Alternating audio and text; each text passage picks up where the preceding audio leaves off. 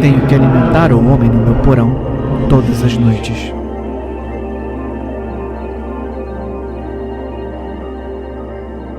Com timidez, eu acendi a luz do porão, a pequena lâmpada que ilumina a escada estreita, piscando ao acender. Fazia isso há 11 anos. Nunca ficava mais fácil. Desço um degrau. Ouço o arrastar das correntes no chão de concreto e o gemido distorcido de sua voz. Uma voz que refletia perfeitamente a sua aparência monstruosa. Desço mais um degrau. Vejo sua silhueta curvada no canto mais escuro do porão. O cheiro de carne e peixe apodrecidos das refeições anteriores me atinge como um soco. Um fedor do qual nunca me acostumei. Eu desço mais um degrau. Pensei no dia em que fui encarregado pela primeira vez de alimentar o homem no meu porão. Eu tinha 16 anos. Meu pai estava no andar de cima, à beira da morte. Suas últimas palavras para mim foram uma instrução breve. Tem um homem no porão. Ele está acorrentado. Dê um balde de carne para ele uma vez por dia. Não fale com ele. Não se aproxime. Ele é perigoso. Agora, você é o homem da casa.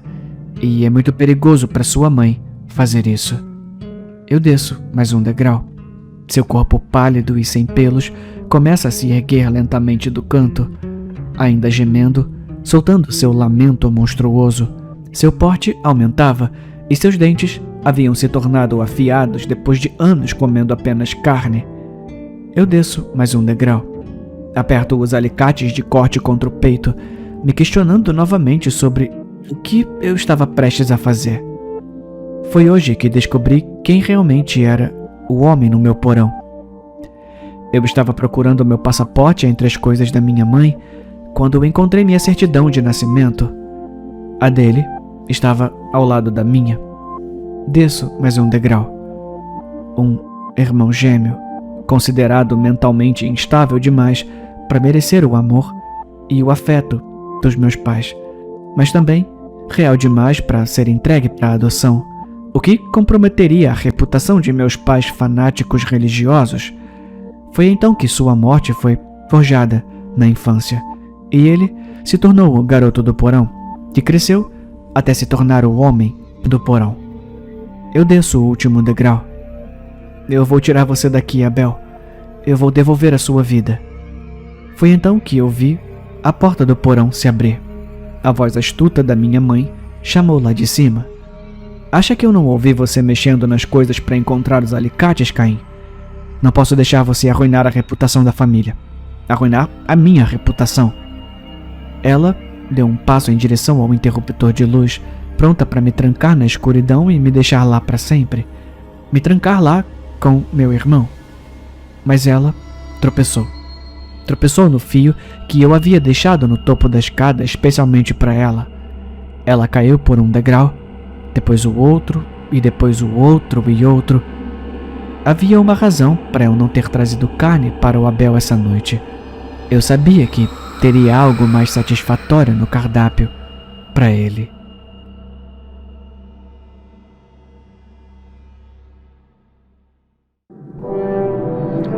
Meu marido tem me pressionado a deixar a minha irmã ser uma substituta para ter o nosso bebê, mas fazendo isso da maneira tradicional.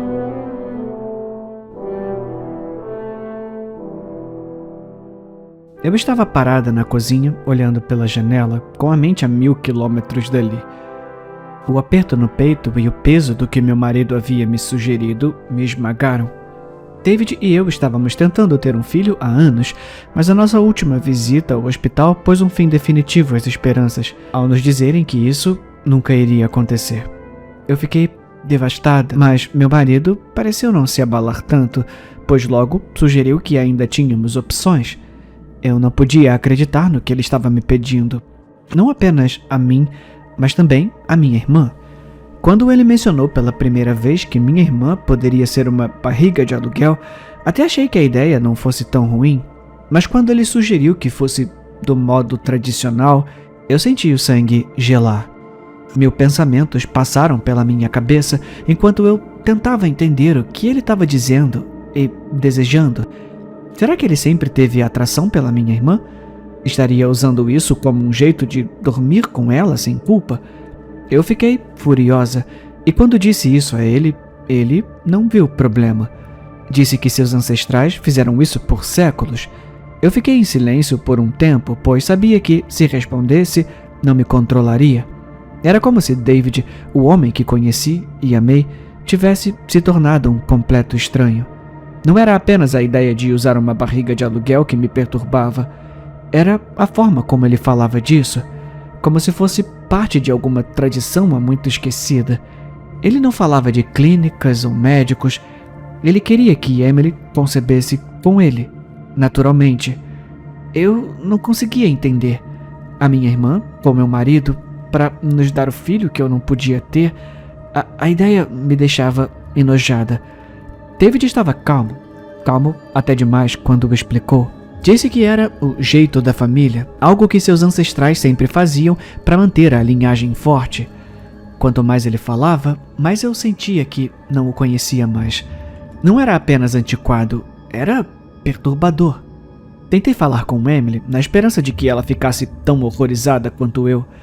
No começo, ela achou que era uma piada, mas quando contei o quanto David estava sério, o rosto dela mudou. Ela admitiu que ele já tinha falado com ela sobre isso. Esperava que ele deixasse a ideia de lado se eu não concordasse. Agora, ambas sabíamos que ele não ia desistir. A raiva queimava dentro de mim. Como David pôde sequer sugerir isso? A ideia dele com Emily era insuportável, mas havia algo mais, algo sombrio por trás de suas palavras. Eu não conseguia afastar a sensação de que havia mais no plano dele do que apenas ter um filho. Comecei a investigar. Vasculhei suas coisas, procurando qualquer indício que pudesse explicar o que estava acontecendo. Foi aí que encontrei os registros da família. A princípio parecia só uma árvore genealógica, mas quanto mais eu olhava, mais estranho ficava. Havia símbolos que eu não reconhecia, notas sobre linhagens e fertilidade, e então encontrei algo que me gelou os ossos. Menções a rituais, sacrifícios e oferendas a algum tipo de deus antigo. De repente, tudo fez sentido. Isso não era sobre ter um filho. David não estava tentando apenas manter a linhagem. Ele estava planejando algo muito mais sombrio. A minha irmã não estava destinada a apenas carregar o nosso bebê. Ela deveria ser um sacrifício, uma oferenda a esse deus antigo que a família dele adorava há gerações. Eu me sentia enojada. Minha mente disparava enquanto eu juntava as peças. David estava planejando isso há anos. Sua calma e o papo de tradição eram apenas uma fachada para algo muito mais sinistro. Eu percebi que não estava apenas tentando impedir um acordo desconfortável de barriga de aluguel. Estava lutando pela vida da minha irmã. Quando o confrontei, ele não negou. Apenas me olhou com aquela calma assustadora, dizendo que era a única forma de garantir o futuro da família. Emily tinha que ser a escolhida. Ela era pura, perfeita para o ritual. Ele falava como se já estivesse decidido, como se eu não tivesse voz na decisão. O desespero em mim se transformou em pânico, um medo corrosivo que me consumia. Eu precisava proteger Emily, mas não sabia o quanto David estava obcecado com tudo isso, nem até onde ele iria para garantir que acontecesse. O tempo estava se esgotando, e eu sabia que, se não o impedisse, perderia Emily. E se isso acontecesse, as consequências seriam piores do que qualquer coisa que eu pudesse imaginar. Chegou a noite do ritual. David tinha preparado tudo, símbolos desenhados no chão, velas tremeluzindo em padrões estranhos e antinaturais. Emily estava de lado, trêmula, apavorada com o que estava prestes a acontecer. Eu também tremia, mas não de medo. Eu estava pronta. David não fazia ideia do quanto eu tinha aprendido, até onde tinha ido para virar o jogo. Ele pensava que eu tinha aceitado a derrota, que havia aceitado seu plano. Ele não sabia que, enquanto ele se ocupava com suas preciosas, velhas tradições, eu estava encontrando algo mais antigo, algo mais forte. Quando David começou o cântico, meu coração disparou, mas permaneci em silêncio, observando-o chamar forças que ele não compreendia completamente. Ele se aproximou de Emily, pronto para iniciar a parte final do ritual, mas foi aí que eu agi. Pronunciei palavras que ele não esperava, palavras que eu havia aprendido nas partes mais obscuras daqueles textos antigos. Elas não eram para mim, mas aprendi a torcer o ritual, dobrá-lo à minha própria vontade. Passei semanas me preparando para esse momento, decorando tudo o que precisava para garantir que ele fosse o único a pagar o preço. David parou quando a energia na sala mudou. Os símbolos no chão tremeluziram, mudando de forma, distorcendo-se em algo que nem ele conhecia. Sua confiança vacilou, e pela primeira vez eu vi medo em seus olhos. Ele tentou continuar o cântico, mas as palavras morreram em seus lábios. Você não entende o que está fazendo. Ele tentou gritar. Seu controle sobre o ritual estava escapando. O poder que ele tinha invocado não se importava com tradição ou pureza. Procurava apenas uma coisa: o recipiente perfeito. David arfou. O choque deformou seu rosto. O ritual havia mudado, e ele não era mais o mestre. Tentou se levantar, mas seu corpo convulsionou novamente, e ele caiu de joelhos. Suas mãos pressionaram o abdômen enquanto algo dentro dele começava a inchar, a se expandir. A terrível compreensão o atingiu. A vida que ele havia planejado para minha irmã estava agora crescendo dentro dele. Observei enquanto sua barriga inchava, esticando a pele até o limite. O peso aumentava, denso e inegável. Ele olhou para mim, o rosto pálido, desesperado por uma saída, mas não havia nenhuma. O feitiço tinha feito sua escolha. David, um homem obcecado em controlar a sua linhagem, agora era quem a carregava. O terror em seu rosto era tudo o que eu precisava para saber que ele tinha entendido e que não havia como escapar. 9 meses depois, David era uma sombra do homem que havia sido. Sua postura, outrora altiva, desmoronou sob o peso de uma barriga imensa. A pele esticada e marcada por estrias profundas.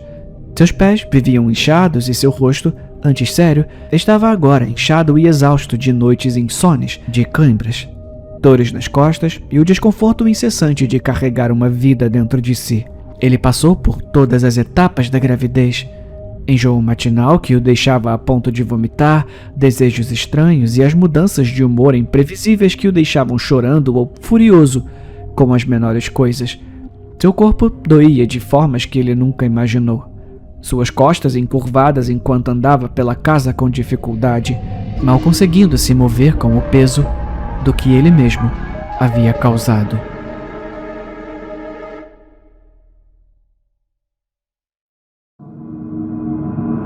Nunca faça um juramento que você não pretende cumprir. Que merda é essa? Eu gemi. Acordei em completa escuridão, com uma dor de cabeça latejante, deitado sobre um chão de tijolos enlameado. Para piorar, o lugar tinha um cheiro fétido de esgoto impregnando o ar. Quando tentei me levantar, percebi que minhas mãos estavam amarradas, assim como minhas pernas. Eu tentei me mexer, mas não consegui. As cordas me prendiam com força.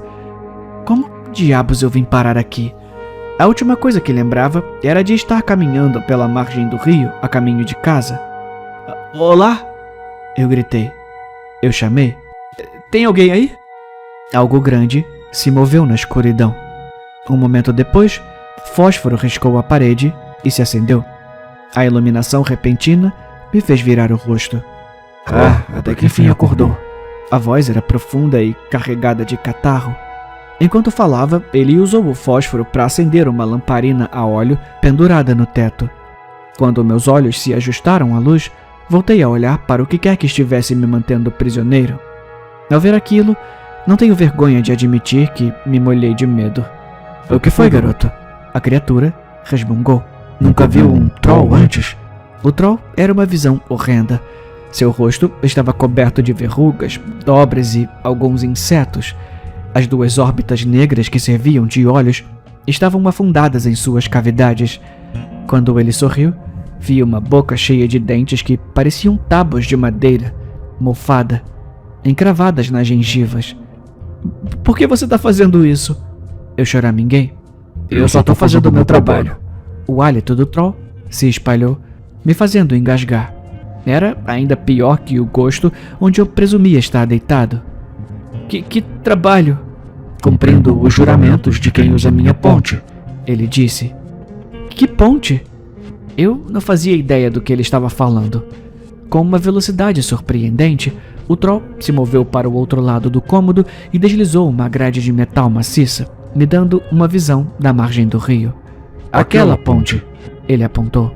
A ponte que ele me mostrou era conhecida como Ponte dos Cadeados do Amor. Uma ponte onde casais colocavam cadeados nas grades para simbolizar a força do seu amor. Quando ele terminou de falar, jogou algo aos meus pés. Eu reconheci na hora. Era o cadeado que a minha namorada, Samantha, e eu havíamos colocado na ponte alguns dias antes. Nele estavam gravadas nossas iniciais, junto com as palavras para sempre. Eu vi você com aquela outra garota ontem à noite. O troll rosnou. Isso é uma violação do juramento que você fez na minha ponte. Ele se aproximou de mim. E a punição para isso é a morte.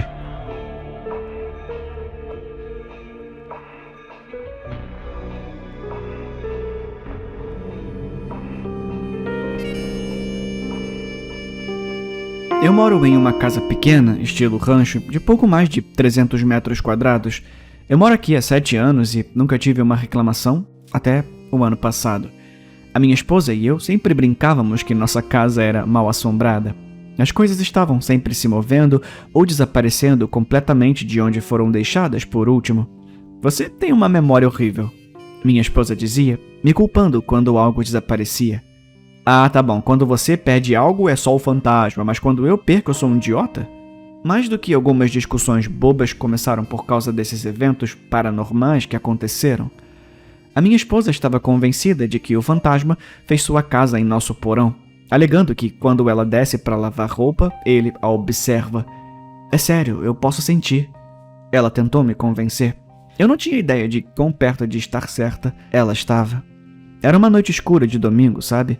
Não apenas uma escuridão do tipo, tá ficando tarde, mas uma escuridão assustadora, obscurecida pelas estrelas, um breu total.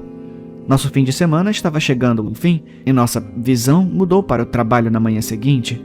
Não poderíamos estar menos preparados para o caos iminente. A minha esposa estava deitada no sofá, lendo um livro, enquanto estava completamente debaixo de um cobertor, uma de suas muitas peculiaridades adoráveis. Eu sempre fazia isso quando criança e me lembra de ser jovem. Ela me disse com um sorriso, na época em que a peguei fazendo isso pela primeira vez antes de nos casarmos. Eu estava trabalhando no meu laptop, me preparando para um prazo para o qual eu estava com certeza mal preparado naquela semana. Debaixo do cobertor, a poucos metros de distância no sofá, ouvi a voz da minha esposa. Eu preciso que você faça uma coisa. Querida? Esfreguei os olhos e olhei para o cobertor se mexendo enquanto ela espiava por baixo. Sim? Perguntei. Você pode tirar a roupa da secadora? Eu suspirei. Eu sabia que ela tinha se assustado com o que quer que estivesse lendo e agora não iria para o porão por causa disso. Tá bom, tudo bem. Eu disse, irritado com o pequeno inconveniente, mas secretamente feliz por ficar longe do meu computador. Eu te amo. Eu podia ouvir as palavras saindo de seus lábios sorridentes. Eu também te amo, bobona. Eu cobri seu rosto novamente com o cobertor. Comecei minha marcha para o porão, acendendo o interruptor de luz no topo da escada e descendo lentamente os degraus de madeira que rangiam. O porão sempre foi uns bons 10 graus mais frio do que o resto da nossa casa, um fato que não ajudou a aliviar o medo da minha esposa de ficar sozinha nele. Ele está completamente inacabado, com piso de cimento e vigas de madeira expostas nas paredes. Eu pretendia terminar quando eu tivesse dinheiro, mas esse dia ainda não tinha chegado. A secadora estava desligada com uma luz verde piscando, indicando uma carga de roupas concluída. Abri a porta e comecei a jogar as roupas em grandes abraços de 2 mãos, em uma cesta. Antes de terminar, ouvi algo estourando, seguido pelo som de madeira batendo no concreto. O meu coração pulou. Por mais assustado que eu estivesse no momento, eu sabia que não poderia justificar o medo da minha esposa das almas condenadas que pairavam em nosso porão. Eu me recompus e então andei em volta de uma parede de canto para outra sala vazia e quadrada, de onde o som tinha se originado. Ao longo de uma seção interna da parede, mais próxima do teto, havia um espaço aberto e escuro, semelhante a um túnel, que era composto de terra e, em alguns pontos, estruturas de suporte da casa. No chão de cimento duro, havia um pedaço de madeira que cobria o vão originalmente. Como isso caiu? Eu me perguntei. Eu considerei, naquele momento, pegar meu martelo e pregos para cobrir o espaço novamente, mas, enquanto eu estava na pequena seção do porão que eu raramente visitava, eu senti algo. Eu senti alguém. A sensação de alguém me observando era inegável. Eu não tinha sentido isso durante minhas visitas anteriores ao porão, no entanto. Em defesa da minha esposa, ela lavava roupa com mais frequência do que eu. Fiquei ali, imóvel, enquanto olhava para o vão escuro que eu não sabia que existia. "Olá?" chamei, esperando que minha esposa não ouvisse. "Rodrigo?" Ela chamou do andar de cima, sua voz abafada pelas tábuas do assoalho que nos separavam. Ela nunca usava meu nome daquele jeito, a menos que fosse sério. Afastei meus olhos do abismo profundo e subi as escadas correndo o mais rápido que meu corpo permitiu. "O que está acontecendo?" eu disse, ofegante e olhando ao redor da sala de estar. O cobertor no sofá estava vazio agora. "Querida, não faz isso. Eu poderia ter tropeçado na escada e me machucado." Fui para o nosso quarto, que fica mais próximo dos fundos da casa. As luzes estavam apagadas e eu não estava com o meu telefone. Entrei e só consegui ver nossa cama bagunçada, iluminada pela luz que mal entrava da sala de estar. "Cristina?" Foi então que ele apareceu. Um homem agarrou a minha garganta por trás de mim. Eu lutei o máximo que pude, a surpresa e o terror correndo por minhas veias. Ele segurou seu aperto enquanto eu envolvia meus dedos em volta do batente da porta. Ele estava direcionando nossa luta para o corredor e eu não estava indo facilmente. Quando pensei que finalmente consegui me soltar, uma segunda pessoa se aproximou de nós e bateu minha cabeça na parede. Eu podia sentir o sangue escorrendo pelo meu rosto lentamente. A minha visão estava turva agora e minhas habilidades motoras estavam reduzidas a praticamente nada. Eles silenciosamente direcionaram meu corpo de volta para as escadas do porão e me jogaram para baixo. "Cristina!" Eu mal conseguia formular seu nome com meus lábios enquanto manchava o concreto com meu sangue.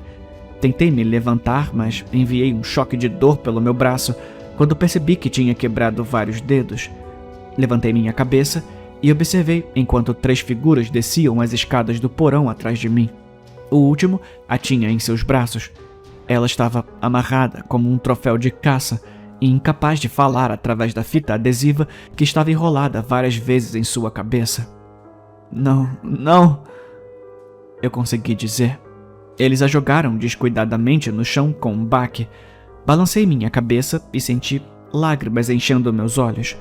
Um dos homens se aproximou de mim e agarrou minha perna antes de me arrastar para mais perto dela no centro do porão. Tentei olhar nos olhos dela. Eles a atingiram com muita força e, agora, ela estava quase inconsciente. Tá tudo bem. Vai ficar tudo bem, tá?" Eu murmurei baixinho, em meio às lágrimas para ela, sem ter certeza de que ela conseguia me ouvir. Atrás de nós, os 3 homens estavam reunidos, sussurrando silenciosamente uns para os outros enquanto tiravam suprimentos de uma mochila.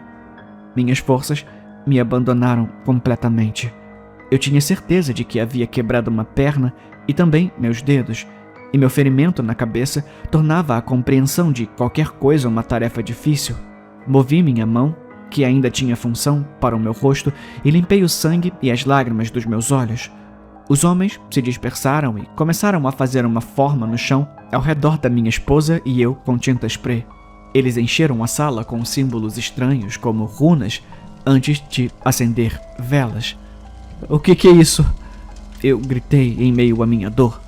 Os homens não se abalaram e continuaram terminando o processo. Ouvi um resmungo abafado vindo do meu lado. Eu me contorci e a vi piscando de volta à consciência. Calma, tá tudo bem, eu disse, de coração partido e em pânico. Eu vi lágrimas caírem de suas bochechas no chão frio. Um chute forte nas minhas costelas me tirou daquele momento, e eu podia ouvi-la choramingando através da fita. Os homens estavam rindo. Os desgraçados sádicos riram enquanto se revezavam para chutar a mim e minha esposa, enquanto estávamos indefesos no chão. Eu podia ouvi-la ofegando por ar, e de repente nenhuma da minha dor importava. Quando eles finalmente se cansaram, eu me esforcei para ouvir enquanto eles sussurravam algo sobre sacrifício. Eu precisava que isso acabasse. Seu sofrimento. Eu não podia vê-la com dor, engasgando e chorando em uma poça de água que ela mesma criou. Os flashbacks vieram como todas as histórias e filmes prevêem. Ela era tão linda no dia em que nos conhecemos, sarcástica, mas rápida em se desculpar se ela achava que te ofendeu. Ela amava rir e vivia apenas para agradar as pessoas ao seu redor. Altruísta e gentil. Houve uma mudança no comportamento de nossos agressores, onde antes tudo era um jogo para eles, agora pareciam muito mais sérios. Um deles se aproximou de Cristina com uma pequena faca na mão. Através da dor, através do sofrimento, nós te invocamos. Sua voz falou quebrando seu longo silêncio. Eu não conseguia assistir enquanto ele se curvava sobre ela, lágrimas silenciosas caindo de seus olhos. Por favor, eu disse, desesperado por intervenção divina. E então, ele veio. Do canto do porão, uma figura estranha apareceu cambaleando. Ele parecia magro e nu, mas a minha visão turva não conseguiu colher nenhuma imagem detalhada. Os homens estavam paralisados com o ritual violento que estavam realizando, então o homem passou despercebido. Eu não precisava de visão clara para perceber o quão rápidos eram seus reflexos. Resisti à vontade de piscar enquanto ele desarmava o homem com a faca e cortava seu pomo de Adão. Os outros homens ficaram chocados e hesitantes em reagir. Quando um deles finalmente ousou retaliar, ele se viu de cara no chão com facadas subindo e descendo pelas pernas, incapaz de andar. O terceiro homem claramente entrou em estado de choque. Ele tentou fugir em direção às escadas, mas o homem nu o pegou rapidamente e violentamente esculpiu seu rosto. Eu não conseguia entender o que estava acontecendo. Minha esposa ainda choramingava, mas tinha uma visão tão completa do que estava acontecendo quanto eu. O homem nu se levantou, coberto de sangue, segurando a faca. Ele se aproximou de mim lentamente, me virando de costas para encará-lo. Eu podia ver agora que ele mal parecia humano. Seus braços e pernas estavam cobertos pelo que deviam ser anos de exposição à sujeira, e seus olhos brilhavam como os de um gato no escuro. Tentei novamente enxugar meus olhos quando ele estendeu a mão. Ele estava segurando a lâmina da faca agora e apontou o cabo para mim. Eu aceitei. Ele me levantou e me direcionou para o segundo homem que ele havia tornado incapaz de andar. Não, por favor, ele disse, visivelmente tremendo. Essas palavras significaram tanto para mim quanto para ele, apenas alguns minutos antes. Eu não vou dizer o que aconteceu depois. Não posso, mas, bom, na manhã seguinte, depois de muita deliberação, a polícia e várias ambulâncias removeram 3 cadáveres para fora da minha casa. Minha esposa e eu somos abençoados. Não deveríamos estar vivos, e ainda assim, aqui estamos, 1 ano depois. Ela está grávida agora e não podemos esperar para nossa família crescer de 3 para 4. Ainda não sei muito sobre o homem embaixo da minha casa. Ele respeita nosso espaço e nós respeitamos o dele. O que sabemos agora é que ele adora comida frita. Não há muito que você possa fazer para agradecer alguém que salvou a vida de toda a sua família, mas acho que um balde de frango frito toda noite é um bom começo.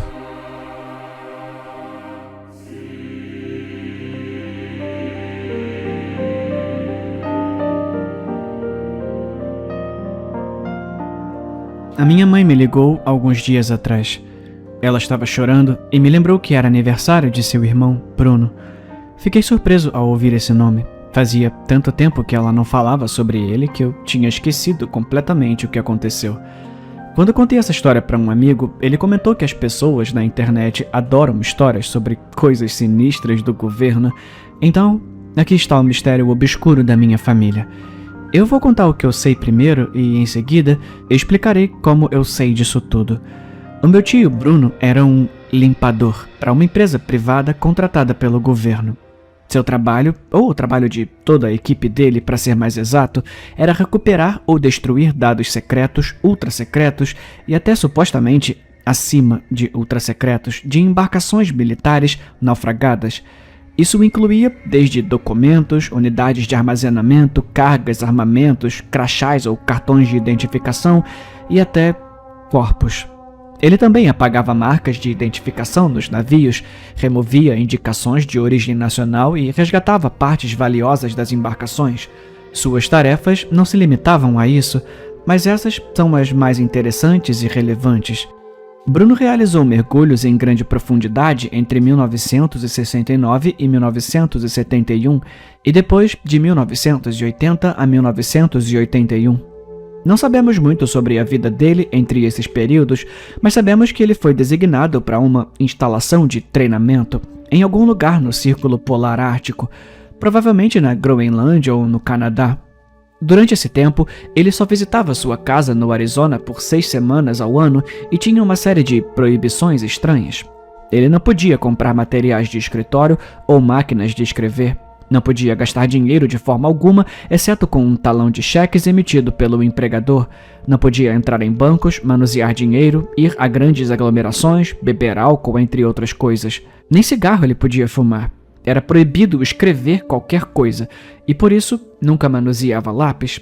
Não podia falar sobre o trabalho e se recusava a tocar no telefone, com uma exceção. Bruno precisava ligar para um número de telefone a cada 6 horas, independente da hora do dia. Ele acordava no meio da noite para fazer a ligação, o que sempre irritava sua esposa.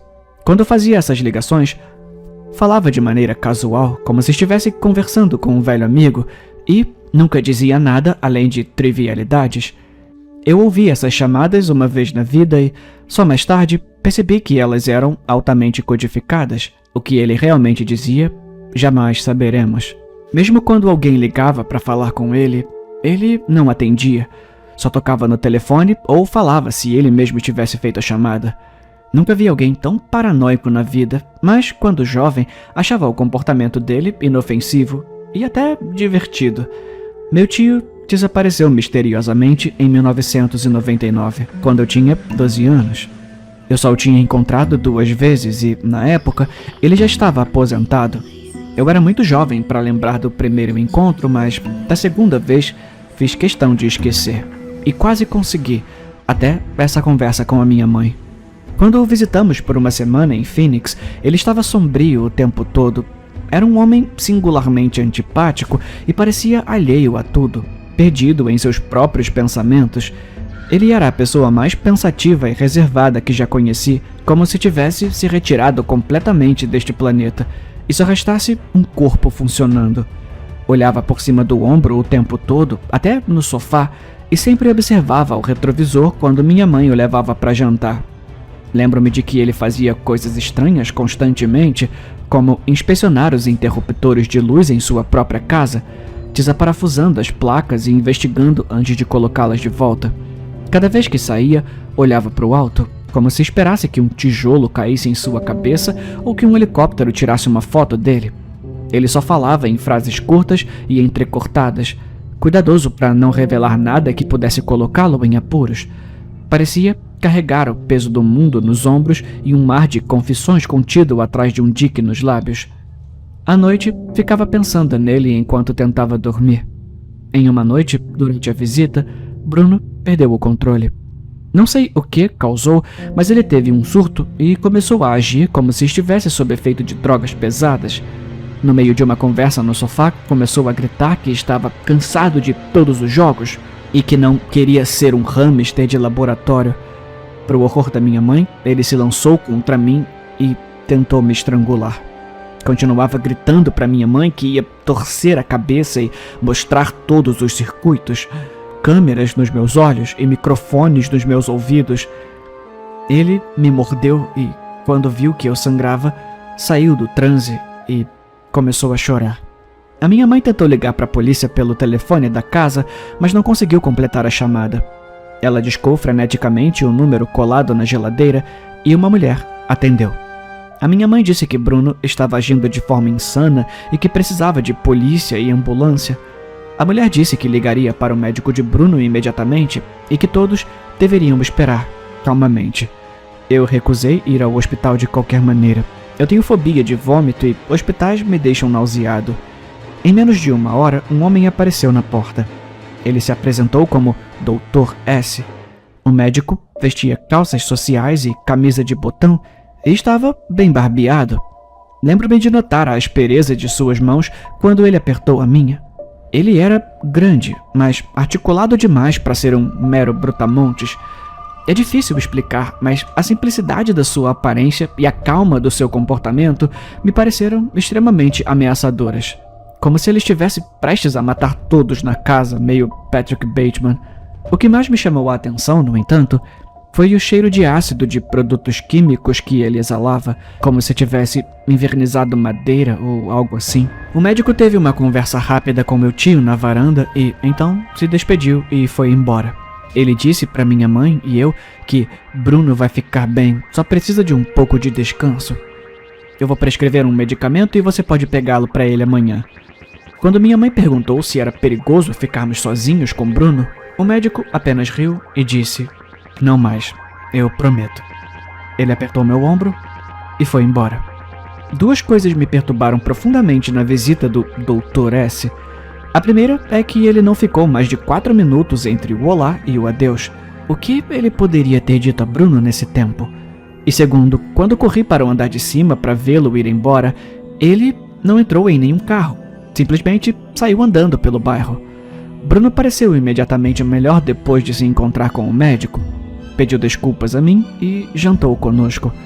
Estava de muito melhor humor, como se tivessem aliviado o peso que carregava. A minha mãe e eu dormimos no quarto de hóspedes com a porta trancada naquela noite, porque não fazíamos ideia do que esperar dele. Bruno era como seus interruptores preciosos, ligado ou desligado, sem nada entre esses estados. Mas, no meio da noite, acordei com a minha mãe gritando. A casa estava escura, a porta da varanda estava aberta e Bruno havia sumido. Ele não levou nada consigo, nem os sapatos, nem dinheiro, nem relógio.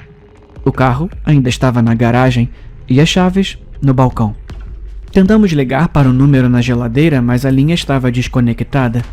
O telefone não fazia mais ligações.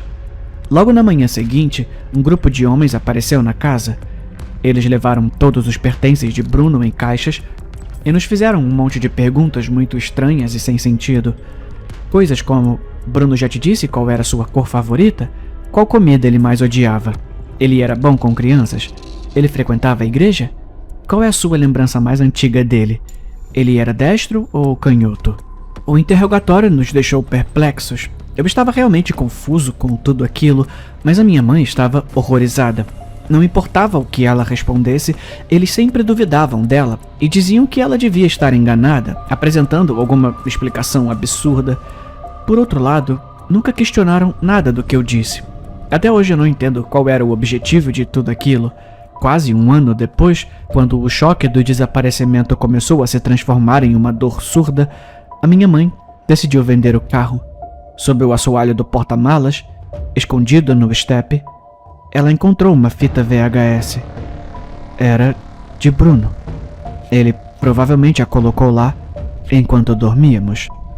Na fita, Bruno estava em algum lugar distante no deserto. Ele parecia alguns anos mais jovem e parecia não dormir há dias. Descreveu a natureza de seu trabalho para minha mãe e algumas das coisas que tinha visto e feito. Juntei tudo o que sei sobre ele a partir dessa fita e de algumas conversas entre minha mãe e a ex-esposa de Bruno. Não vejo a fita desde que a encontramos e tenho certeza de que minha mãe a jogou fora, conforme Bruno instruiu. Mas aqui estão as coisas que mais lembro, as coisas mais estranhas e assustadoras que ele encontrou enquanto trabalhava em navios e submarinos afundados. Salas que permaneciam pressurizadas, onde as pessoas pareciam ter vivido por semanas depois do submarino afundar. Alguns marinheiros aparentemente perderam a sanidade, escreveram nas paredes ou mataram uns aos outros. Sons altos de batidas no casco e nos corredores. Esses naufrágios eram, em sua maioria, da Segunda Guerra Mundial e da Guerra Fria. Alguns do Vietnã. Então, tinham décadas. Mas Bruno jurava que ouvia SOS em código Morse mais de uma vez. Ele até disse que uma vez ouviu "Saiam", corpos congelados que pareciam mumificados, suspensos nos destroços com sorrisos no rosto, a pele congelada se desfazendo, revelando um sorriso. O corpo de uma jovem que parecia ter morrido muito mais recentemente que qualquer outro no navio. Ela vestia um vestido branco esvoaçante e parecia um anjo quando Bruno a encontrou. Não estava ressecada como os outros corpos. Sua pele estava intacta, apesar de estar presa em um submarino britânico que afundou nos anos 40 e agora está no fundo do Mar do Norte. Coisas estranhas em navios soviéticos, experimentos humanos, fetos em frascos, restos que pareciam humanos e animais, gaiolas, correntes, redes de celas nos porões de um quebra-gelo nuclear no Ártico, etc. Bruno afirma ter encontrado o corpo de algo que parecia um bebê, flutuando em um laboratório, mas seus membros tinham 60 a 90 centímetros de comprimento e pendiam como os de uma vespa morta. Quando ele o moveu, o corpo se desfez e se dispersou na água. Muitos poucos ossos, se é que tinham algum. Bruno contou sobre descobrir um avião de passageiros que nunca foi relatado como desaparecido. Ele caiu no oceano e afundou. Todos os corpos ainda estavam presos em seus assentos. O curioso é que o avião tinha afundado próximo a um antigo navio e os corpos no avião usavam todos placas de identificação que foram rastreadas até aquele navio. Era como se alguém tivesse feito uma brincadeira ao trocar as placas, mas, na minha mente de 12 anos, imaginei os corpos do navio andando pelo fundo do mar e se prendendo no avião acidentado, na esperança de voltar para suas famílias. Limpadores enlouquecendo nas profundezas. 2 amigos de Bruno desapareceram durante um mergulho na costa do Alasca. Um deles foi encontrado trancado dentro de uma sala do submarino que estavam explorando, uma porta que só podia ser trancada por fora. Ele estava quase morto de hipotermia e jurava que uma mulher sem rosto o colocara ali. O outro conseguiu remover uma pequena parte do capacete, se matando instantaneamente por causa da diferença de pressão. Bom, tem mais, e eu vou tentar perguntar para minha mãe, na verdade, se alguém tiver interesse.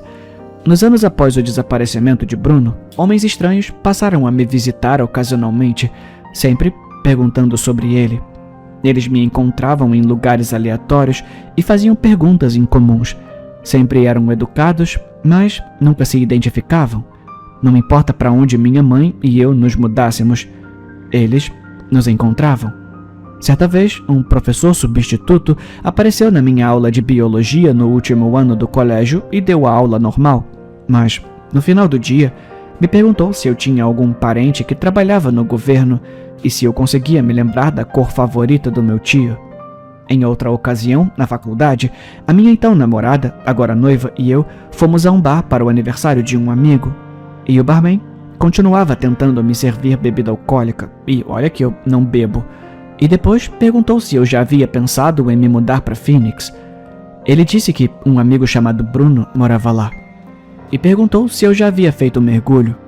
No final da noite, ele perguntou como estava minha mãe, usando o nome completo dela. Recentemente, enquanto corria em uma trilha na floresta perto de casa, na Califórnia, um homem de bicicleta parou e disse que eu parecia com um cara que ele conhecia. Bruno, alguém que ele conhecera na marinha. Ele mencionou que tinha perdido o contato e disse: a última vez que soube, ele estava vivendo no deserto ou algo assim, bem longe do oceano. Ele odiava o oceano.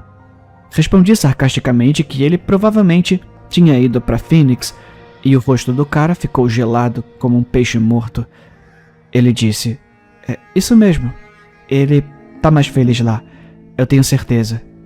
E então, foi embora. Uma coisa que todas essas pessoas tinham em comum era o cheiro de produtos químicos, assim como o Dr. S.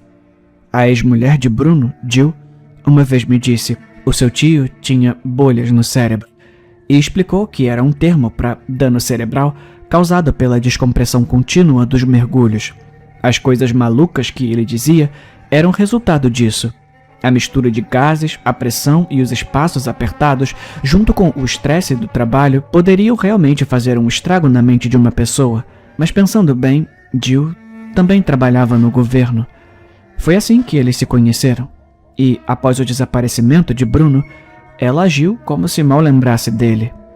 Era quase como se ela quisesse que eu o visse como um maluco.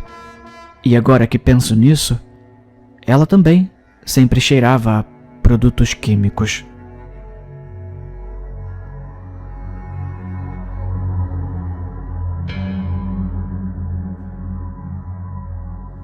Eu não entendia o que Fred sacudia na minha cara ou por que ele estava tão animado.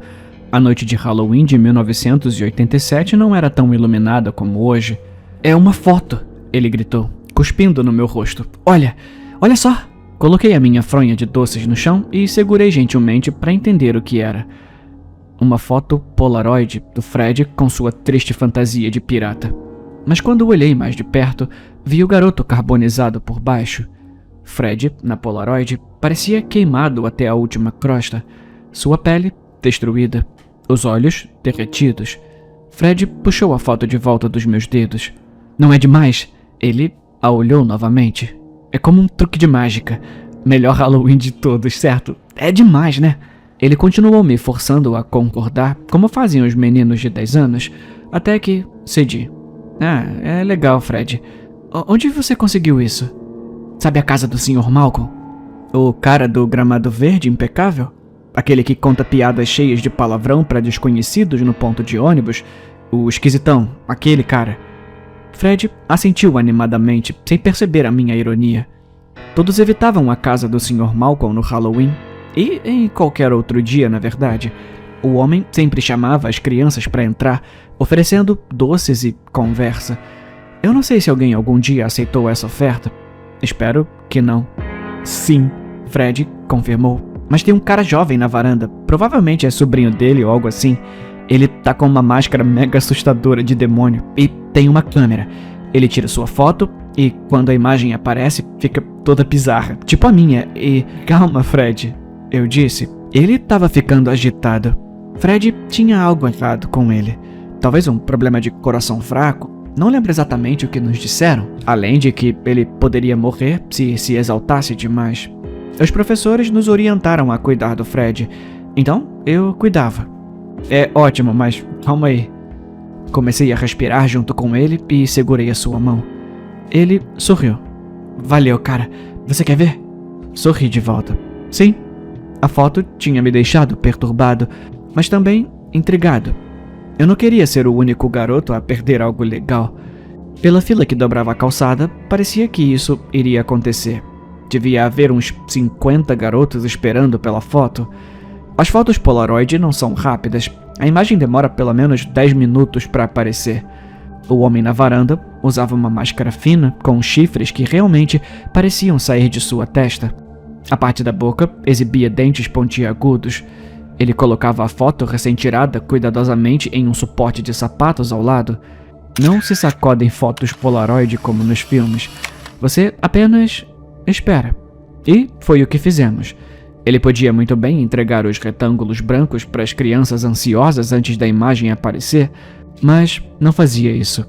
Em vez disso, após tirar a foto de cada travessureiro, ele se sentava de pernas cruzadas no degrau de concreto do Sr. Malcolm e encarava a criança. Algumas tentavam conversar com ele.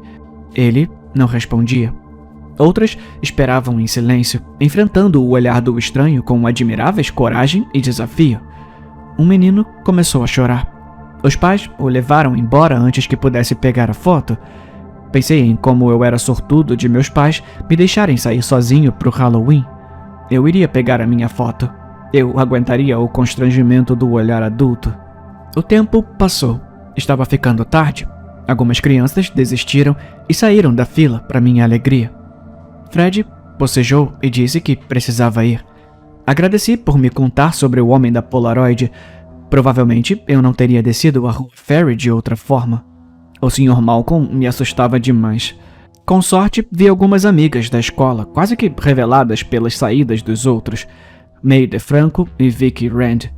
Elas já tinham suas fotos, mas ficaram porque a irmã mais nova de May queria uma também. Posso ver?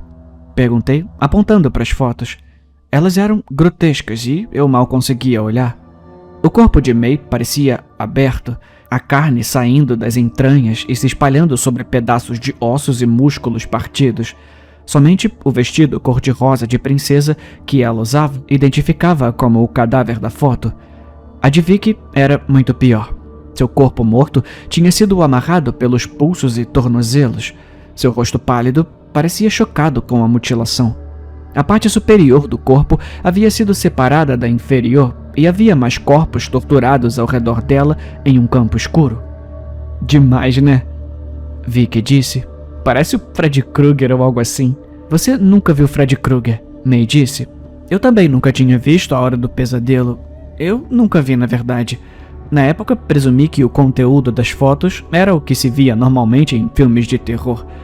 Eu não estava pronto para isso, mas não deixaria meu desconforto transparecer. Depois que a irmã de May pegou a foto, mais crianças resolveram não arriscar a fúria de pais preocupados. Elas foram embora e após um último garoto pegar sua foto, chegou a minha vez às 11h42. Meus pais provavelmente já estavam furiosos desde as 8. Então imaginei, errado, que não estaria em mais apuros por continuar fora tão depois do horário de voltar para casa. Mesmo assim, hesitei, especialmente ao perceber que não havia mais crianças. Eu seria o último e estava sozinho com o homem de máscara de demônio. Não sorria. Ele rosnou. Rapidamente, ajustei meu rosto para obedecer. Ele tirou a foto e sentou no degrau. Esperamos. As últimas folhas nas árvores sussurravam um aviso no vento. Mortas, elas deslizaram a rua Ferry abaixo. Mal conseguia respirar enquanto ele me encarava. Não havia olhos visíveis nas cavidades de sua máscara, apenas vazios oleosos, um truque infeliz da lâmpada fraca da varanda. Tinha que ser isso. O sentimento no meu estômago pedia uma fuga rápida. Eu acho que preciso ir, eu disse a ele. Sua mão agarrou meu pulso com força. Eu me contorci. Tá tudo bem, eu posso pegar a foto amanhã. Ele não soltou. Seu rosto, aquela máscara, chegou perto do meu. Ele estava perfeitamente silencioso, nenhuma respiração enquanto me obrigava a ficar ali. Por favor, eu implorei. Eu quero ir para casa. No espaço de meio centímetro entre nossos narizes, ele deslizou a Polaroid que estava se revelando. De tão perto, eu mal podia ver algo. Então, a máscara do demônio apareceu na foto. Depois, ou o que eu me tornaria. A Polaroid nos mostrava juntos, as mãos dele ao redor do meu pescoço, meu rosto vazio de vida. Eu gritei e me sacudi. Ele largou e caí na calçada. Ele se levantou e jogou a foto com precisão. Ela pousou ao meu lado na grama, mas detalhes do horror foram revelados. Um rastro de sangue ensopava meu cabelo e manchava a frente da minha fantasia como um babador sangrento. O homem de máscara de demônio tinha feito mais do que me estrangular, de acordo com a imagem. Eu me afastei, engatinhando de costas. Ele não se moveu porque podia me alcançar quando quisesse. O primeiro passo dele derrubou a câmera do degrau. Ela caiu e uma peça se soltou com um impacto. Ele não parecia se importar. Por favor, eu implorei. Não lembro os detalhes de como eu consegui me levantar e correr pelo meio da rua Ferry. Só lembro que a perseguição foi breve, pois cometi um erro e fiquei encurralado no estacionamento da loja de variedades. A loja estava fechada há horas. Não haveria ajuda ali. As ruas estavam vazias. A maioria das pessoas estava dormindo. Como sabia disso, ou pensava nisso em um momento tão terrível, era uma questão de pura sorte. Encostei-me em uma pilha de folhas com teias de aranha falsas que tinham voado de alguma casa. Preso, levantei os braços em defesa e vi as horas do meu relógio digital. 12 minutos para meia-noite. Os dedos dele acariciaram os lados do meu pescoço. Fechei os olhos e comecei a tremer incontrolavelmente. A dor viria em seguida. Muita dor, a foto prometia. E a morte. Não! Eu tentei gritar, mas soou como um gemido. O Halloween acabou, já terminou. Você não pode. Eu não sabia o que estava dizendo ou porquê, mas os dedos recuaram e ele deu passos silenciosos para trás sobre o asfalto rachado. Quando chegou à calçada, ele falou: "Então, até o ano que vem." Como se tivesse sido uma brincadeira o tempo todo, ele se afastou casualmente. Demorei muito para ir na direção oposta. Eventualmente, consegui correr devagar, percorrendo os quarteirões até chegar em casa, onde minha mãe me esperava na janela da frente, preocupada e zangada. A punição ficou a cargo do meu pai. Quando ele voltou de me procurar, contei a ele sobre a foto e o homem de máscara. Ele ouviu tudo com calma antes de pegar seu taco de beisebol e ligar para os irmãos. Juntos, eles foram até a casa do Sr. Malcolm e encontraram a porta dos fundos arrombada. O velho havia morrido em sua cadeira, completamente nu. Meu pai me contou esse detalhe alguns anos depois. A polícia foi chamada, mas nada saiu da investigação que pudesse ter sido feita. Meus pais não tinham e continuam não tendo fé na polícia da cidade. Por isso, naquela noite, ele chamou os irmãos e pegou o taco. Claro que havia provas do homem de máscara de demônio. Muitas crianças tinham tirado suas fotos. Nenhum adulto ou policial que eu saiba perguntou nada sobre isso. A minha foi deixada no gramado do Sr. Malcolm, mas Fred, May e Vicky disseram que ainda tinham as suas em casa. A de Fred, no entanto, provavelmente queimou num incêndio no Natal seguinte. O pai dele cometeu o erro de usar um aquecedor portátil na garagem. Todos eles, incluindo Fred, morreram no dia antes da véspera de Natal. Eu me recusei a sair para a brincadeira de doces ou travessuras no ano seguinte e em todos os outros anos depois disso. Meus pais entenderam e não insistiram. Depois de alguns anos, fui deixando de ter idade para participar dessa tradição, mas ainda assim, nunca arriscaria sair para dar uma volta na noite de Halloween. Então, até o ano que vem. E se não, no próximo. Talvez no próximo ou no próximo depois desse. Ele espera. Eu sei porque cada foto se tornou realidade.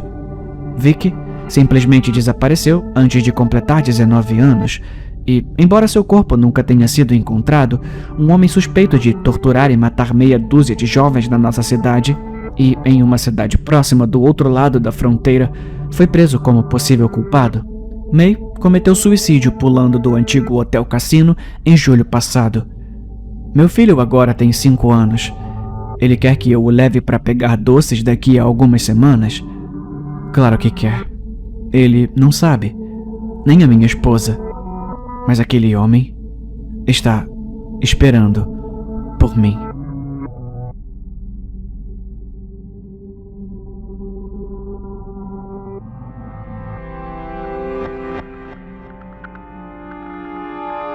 Nicholas, o teu pai tá no OnlyFans. Tom me mandou pelo Discord. É, que maneira de descobrir. É claro que, a princípio, eu revirei os olhos. Parecia só mais uma piada infantil de um amigo. Algo que talvez me divertisse quando éramos mais novos. Eu não teria levado a sério meu amigo se não fosse pelo link que recebi logo em seguida. Lá estava meu pai, 54 anos, em toda a sua glória. Não estava nu, felizmente, mas bem longe de estar vestido de forma decente. Na foto de capa, ele posava provocativamente em cima de um... Na foto da capa, ele posava provocativamente em cima de um tapete de pele de leopardo falso, exibindo o peito oleoso e emaranhado de pelos sob um roupão de seda preto e laranja combinando. Não era exatamente uma pose apropriada para o seu trabalho, e mesmo com os Ray-Bans falsificados cobrindo os olhos, eu o reconheci. Aquele sorriso bobo que um dia achei tão encantador, agora me parecia ameaçador. Era como se a imagem estivesse me ferindo. Que droga é essa? Perguntei a Tom. Ele respondeu: eu sabia que o seu Pedro estava na pior desde que a sua mãe o deixou, mas, poxa, cara, isso é pesado. Eu sempre quis ver o corpão do papai Pedro, disse meu outro amigo, Simon. Cala a boca, respondi. O que eu faço? Confronto ele? Você deve assinar. Simon sugeriu.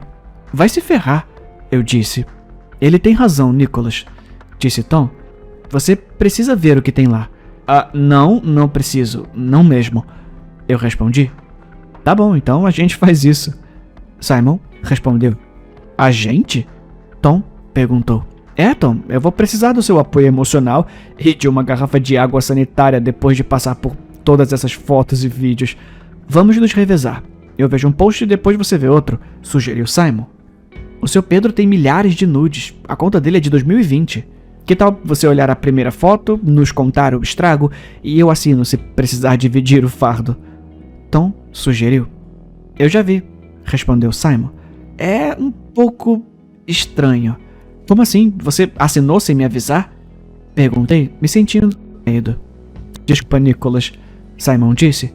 A curiosidade me venceu, mas relaxa, eu não vi o equipamento do seu pai. Meu Deus, respondi. Por favor, nunca mais diz essas palavras de novo. E não me manda foto, por favor, tá? Só descreve. Olha, foi pior do que um nude, disse o meu amigo. O seu pai tava... Ele tava lambendo o que parecia ser um braço de cera e usava um crachá na lapela com a inscrição Senhor Morfifilia. Eu pesquisei essa palavra e, bom, parece que o seu Pedro tem fetiche por pessoas deformadas, sei lá, alguma coisa assim. Ah, nem é tão ruim assim, Tom respondeu. Eu esperava coisa pior. Sem ofensa, Nicholas, mas já era meio óbvio que o seu pai curte umas paradas esquisitas. Não à toa ele criou essa conta, né? A página do seu Pedro é insana, disse Simon. Os fãs dele são descontrolados, Nicholas. Comentam umas coisas muito bizarras. Quer dizer, parabéns pra ele, né? Tem uma base de fãs dedicada. Mas acho que ele devia reforçar a segurança, porque esses assinantes parecem, sei lá, perigosamente obcecados. Quer que eu mande uns prints? Eu não respondi. Fechei o laptop, me enrolei no edredom e torci para acordar horas depois e descobri que tudo era um pesadelo. Ou que meus amigos estavam me pregando uma peça, talvez com imagens criadas por IA. Mesmo assim, eu os conhecia e sabia que nem no nível de brincadeiras de Simon e Tom eles iriam tão longe. Acordei por volta das 5 da manhã, depois de dormir apenas 3 horas. Quando abri o laptop, vi que meus amigos continuavam conversando. Seguiam com a sua pesquisa. Eu assinei, disse Tom. Caramba, é uma foto pior que a outra. Eu sei, respondeu Simon. Você já viu? Eu achei que íamos nos revezar. Sabe, olhar posts alternados para salvar a nossa sanidade. Tom enviou. Sim, disse Simon. Tá bom, eu entendo, respondeu Tom. Eu sinto mesmo. Nicholas, eu odeio admitir, mas isso é genuinamente bonito. Simon, você viu o vídeo que o Pedro postou semana passada? É de outro nível. Sim, disse Simon. Eu acho que reconheço aquela garota, disse Tom. Ela estava na minha turma da faculdade. Sem spoilers, disse Simon. Vamos esperar o Nicholas acordar. Tá bom, sem spoiler, concordou Tom. Meu Deus, fazia tempo que eu não me sentia assim. Você também? Claro, respondeu Simon. Houve um intervalo de 1 hora sem mensagens. Eu esperava que tivessem mudado de assunto depois daquela enxurrada inicial de opiniões inquietantes sobre o conteúdo do OnlyFans do meu pai. Eu esperava que dissessem algo para me lembrar que era mais uma piada dos meus amigos, mas não disseram. E não era. Não era uma piada de mau gosto. Eu conhecia Tom e Simon, e isso não era deles. A conversa recomeçou por volta das 4 da manhã. Começou com um clipe curto que Tom enviou. E eu preferia não ter assistido. O vídeo começou com uma imagem trêmula da mesa do meu amigo. Olá, Nicholas, ele disse, rindo baixinho atrás da câmera. Na tela do monitor de Tom, vislumbrei por um instante a página do meu pai. Aquela espiada me fez sentir uma pontada de agonia. A mesma sensação que tive ao ver a foto de capa, mas o dobro de dolorosa. Mesmo através da câmera do celular, Uma imagem de uma imagem. Dada a transformação dos meus amigos, eu temo imaginar o que ver diretamente as postagens do meu pai teria feito à minha mente. Eu não quero nem saber. Mas estava claro que Tom e Simon tinham visto algo que alterou fundamentalmente suas almas. Aquele vislumbre da tela do computador, felizmente embaçado demais para distinguir, me queimou mais do que os olhos. Queimou da cabeça aos pés. Parando pouco antes de consumir mais do que minha forma física, eu gritei, sentindo uma força sem limites tentando separar a minha mente do meu corpo. Eu não sabia o que estava acontecendo comigo, mas sabia que era a mesma coisa, em menor escala, que havia acontecido aos meus amigos. Talvez meu pai tivesse encontrado a combinação perfeita de pixels para hipnotizar as pessoas e fazê-las gastar dinheiro. Talvez ele tivesse sido consumido por algo além da explicação terrena. Eu ainda não tenho resposta. Eu quero que você entenda, Nicholas, continuou Tom, movendo uma faca de cozinha para frente da câmera. Quero que veja que seu pai fez algo lindo e eu vou fazer parte disso. Eu tremi ao perceber o que estava para acontecer. Meu amigo colocou a câmera sobre a mesa, garantindo que ele ficasse no enquadramento. Não houve teatros, nem pausa, nem discurso grandioso. Ele parecia apressado. E isso tornava tudo ainda mais horrível. Tom não soltou um gemido enquanto cerrava o próprio braço direito, um som que nem meu grito agudo conseguiu abafar. Sua expressão calma, enquanto suportava tamanha dor, quase me fez duvidar da veracidade do vídeo, mas seu rosto estava em quadro, e isso me mostrou que era real. Não havia como fingir aquele sorriso horrendo, acompanhado pelos olhos cheios de lágrimas de alegria. Aquele não era o meu amigo. Com o terrível som de vísceras e o estalo de ossos, o antebraço do meu amigo se soltou. Saiu como carne desfiada, logo abaixo do cotovelo. Tom soltou um rugido triunfante quando sua lâmina atingiu a madeira encharcada de sangue abaixo. Então, deixou o instrumento de corte cair na poça que se formava. Meu amigo tremia, não de agonia, mas de um prazer primitivo, enquanto levantava um membro decepado com a mão que lhe restava. Ergueu o braço ensanguentado na direção da câmera. O vídeo terminou ali. Meu rosto estava molhado de lágrimas e catarro, e eu mal conseguia respirar entre os soluços, a garganta rouca de tanto gritar. Foi por isso que, quando vi que Simon havia apagado uma mensagem no Discord, senti um alívio. Não sei o que ele mandou, mas se fosse algo como o vídeo de Tom, eu não queria ver. No entanto, as últimas 3 mensagens fizeram meus dentes rangerem. O Nicholas não tá pronto pro meu. Simon mandou. Não, respondeu Tom. Não, ele não tá. Mas ele sentiu por um momento. Ele sentiu o que sentimos. E sentiu de graça, Simon. De graça. Que presente. Você acha que o papai quer que ele veja? Eu acho que o papai quer que todos nós vejamos, disse meu outro amigo. A luz de movimento do meu jardim acendeu de repente e, um momento depois, uma pedra quebrou a minha janela do quarto, rasgou o vidro como uma bala, espalhando cacos sobre meu edredom e deixando uma descarga de medo no meu peito. Tremendo, fui até a beira da cama e espreitei pelo canto da janela. Algo de que imediatamente me arrependi. No jardim, completamente nus, estavam Tom e Simon, sem roupas para esconder os fatos. Não havia como suavizar a realidade. Sob o brilho intenso da iluminação branca do jardim, nenhum efeito prático explicaria a mutilação dos meus 2 amigos. Tom estava em pé, sem o braço direito, segurando a alça esquerda de um carrinho de mão. E, deitado naquele carrinho, como uma pilha ensanguentada de galhos e detritos, estava o corpo ainda se movendo de Simon. Um corpo vivo e respirando, sem braços e pernas. Um tronco imobilizado, mas de algum modo mais vivo do que nunca. Mesmo da janela do andar superior da minha casa, eu via o sorriso no rosto de Simon. Um rosto coberto por rastros de sangue das órbitas dos olhos que ele arrancou disse mesmo. Nick! Tom chamou lá de baixo. Eu estou vendo você. Simon gritou algo incoerente, abrindo bem a boca e revelando que também não tinha língua.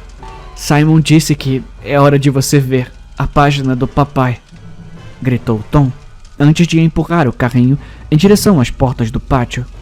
Eu gritei ao som do vidro se quebrando e rapidamente vesti minha calça de moletom. Não corri em direção à porta da frente porque sabia que só encontraria meus 2 amigos desequilibrados.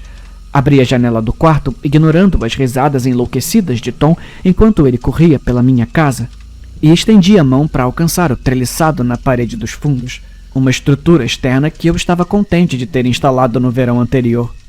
Eu vou ter que te deixar aqui por um momento, Tom disse a Simon.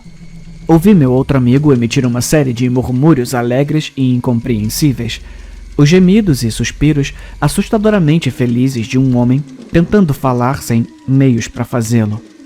As escadas rangeram rapidamente e eu gritei enquanto lançava meu corpo para fora da janela, entrelaçando os dedos na estrutura de madeira cruzada. A estrutura de madeira da treliça vergava e se esforçava sob o meu peso, lutando ferozmente para se manter na parede. Desci com pressa até que a minha escada improvisada decidiu ceder, e no meio do caminho para baixo, o torso nu de Tom irrompeu pela janela do meu quarto. Ele balançou um braço e um coto sangrento em minha direção, e se não tivesse se mutilado, meu ex-amigo poderia muito bem ter me agarrado. Mas consegui alcançar a segurança das pedras do pavimento abaixo, e então fugi. Ainda quero ver o meu pai. Quero saber o que ele fez para as 3.789 pessoas inscritas na conta dele no OnlyFans. Nós mal nos falamos nos últimos 2 anos, então eu nem finjo que ainda sei quem ele é. Mas isso não soa como o homem que conheci.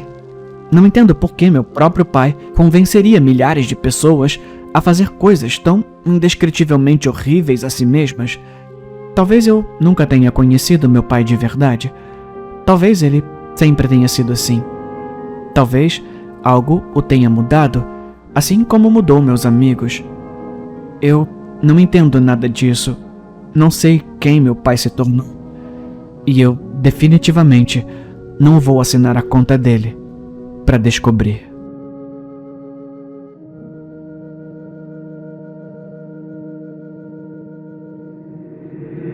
Eu dei um ultimato ao meu marido hoje.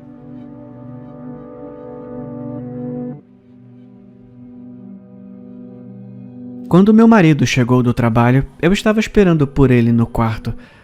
Ei, querida, ele disse enquanto passava pela porta. O que é tudo isso?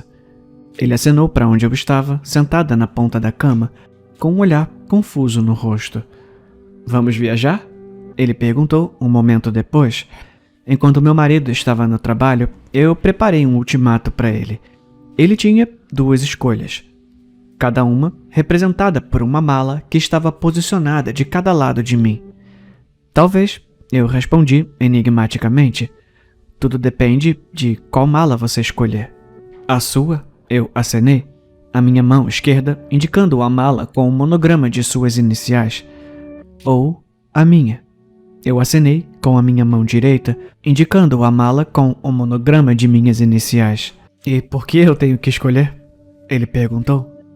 Você tem que escolher porque cada uma dessas malas representa nosso casamento de uma maneira diferente. Expliquei. Se você escolher a sua mala, significa que você não me ama mais e não quer manter o casamento. Caso em que você deve pegar a mala e ir embora. Eu fiz uma pausa para deixar minhas palavras serem absorvidas antes de continuar.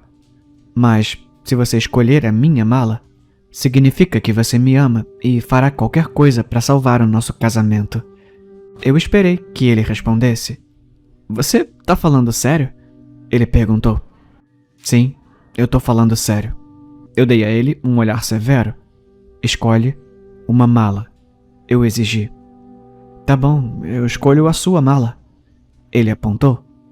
Agora você vai me dizer do que tudo isso realmente se trata? Eu me aproximei dele, dei-lhe um beijo e depois voltei para o final da cama. Claro que sim, querido. Abri o zíper da minha mala e mostrei a ele o corpo da sua amante, que estava dobrado dentro. Já que você escolheu ficar comigo, sorri. Eu vou precisar da sua ajuda para me livrar disso.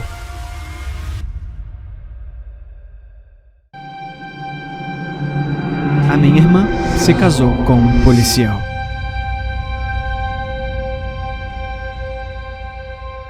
A minha irmã e eu sempre fomos próximas.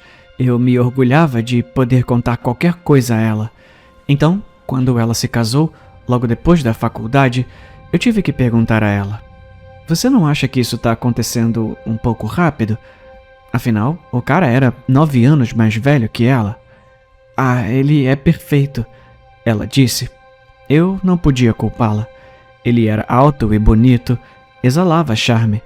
Parecia ser um cara legal. Ele foi policial por vários anos e ganhava um bom dinheiro trabalhando muitas horas extras.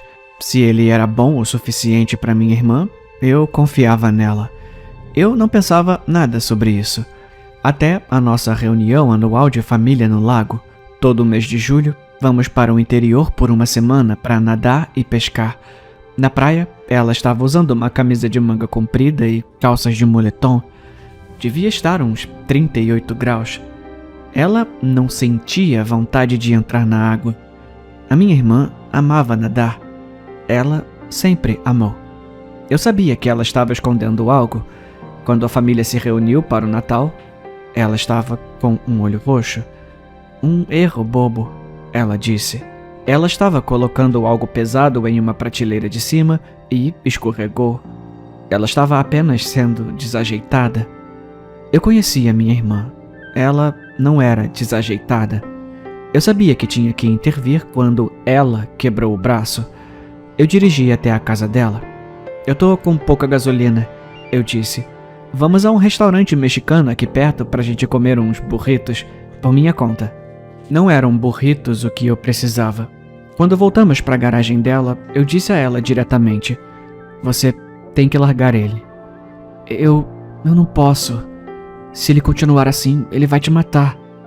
E se eu fugir, ele vai me matar. Olha, por favor, só vai embora. Ela saiu do carro. Quando ela não estava olhando, eu o peguei do parasol. A coisa com a qual eu salvaria minha irmã.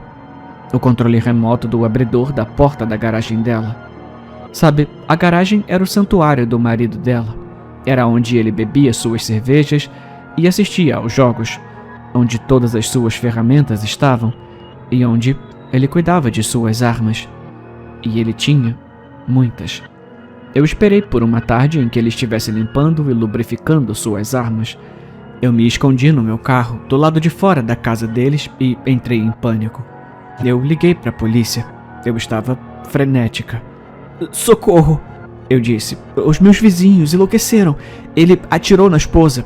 Ele vai matar qualquer policial que aparecer. Eu disse a eles o endereço e desliguei. Quando a viatura chegou e os 2 policiais começaram a andar até a porta da frente, eu apertei o controle da porta da garagem. O marido dela, assustado, agarrou uma arma. A porta se levantou. Quando os policiais viram uma arma apontada para eles, a adrenalina bateu. O treinamento deles entrou em ação. Eles sacaram e descarregaram seus pentes. Quando perceberam quem mataram e chamaram a emergência, já era tarde demais. Eu fui embora silenciosamente. A minha irmã estava segura.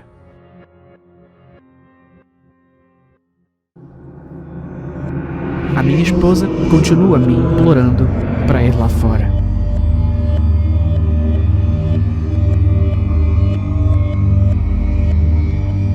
A minha esposa continua me implorando para deixá-la ir lá fora.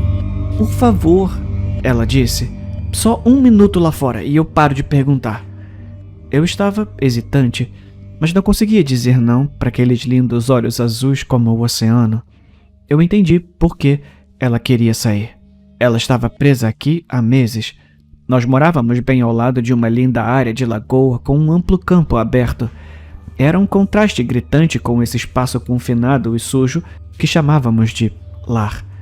Ela implorou para sair por apenas 1 segundo. Pensei sobre isso. Não faria mal. Ela só ia sair e tomar um pouco de ar fresco. Não é como se ela fosse ir embora. Além disso, eu estaria lá, observando para ter certeza de que nada aconteceria. Eu a deixei sair por 15 minutos. Observei como um falcão para ter certeza de que ela ficaria onde eu pudesse vê-la. Eu a chamei de volta e ela, relutantemente, entrou. Pensei que as coisas ficariam bem agora que ela conseguiu o que queria, mas eu estava errado. Olhando em seus olhos, pude ver que algo mudou. Nos dias seguintes, ela começou a agir de forma estranha. Ela continuou falando sobre o quanto sentia falta de sua família, como ela viu sua irmã lá fora e queria ir ficar com eles. Ela começou a reclamar que eu a estava deixando passar fome por não lhe dar comida o suficiente. Ela começou a tentar sair escondida à noite. Eu tive que ficar acordado para garantir que ela não conseguisse, mas eu tive que dormir em algum momento. Enquanto eu caía em um cochilo rápido, ela tentou sair mais uma vez. Desta vez, quando a agarrei, ela tentou lutar, então eu tive que jogá-la no chão. Peguei uma corda e a amarrei. Ela tentou morder, então eu dei um tapa nela. Ela começou a gritar para eu soltá-la e que eu estava a machucando. Naquele momento, olhando para ela, percebi uma coisa. Era tarde demais. As alucinações de sua família, a fome excessiva e agora a regressão. Tudo apontava para uma coisa. Seus sintomas estavam piorando. Eu soube no segundo em que ela voltou para o bunker com os olhos verdes que o parasita a tinha pegado. Eu simplesmente não queria acreditar. Comecei a chorar. Eu falhei em protegê-la. Ela era tudo o que me restava. Todos os outros que conhecíamos foram infectados na mesma semana em que o surto começou. Mas agora eu sabia o que tinha que fazer. Me abaixei para desamarrá-la e então abri a porta do bunker. Eu a observei sair do bunker com o maior sorriso no rosto e ir embora para longe. As lágrimas inundaram meu rosto enquanto eu descia de volta e fechava a porta do bunker.